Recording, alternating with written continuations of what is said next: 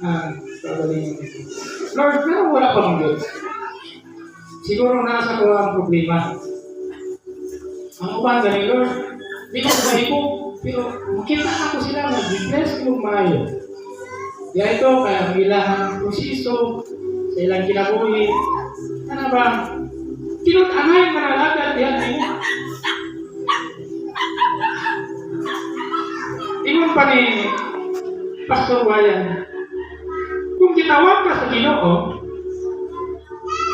kung ipakamatyan ka sa Ginoo, mangalagad ka niya, seryoso ha, tinod ang pagpalalagat sa Ginoo.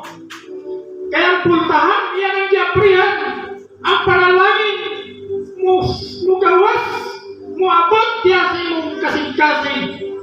Una nga panalangin, imong nadawat, walay lain si Ginoong Jesucristo. Ang tanang putang na imong gipangayo, ihatag ra niya. Ang kondisyon sa Ginoo, unaha ang pagkamataran.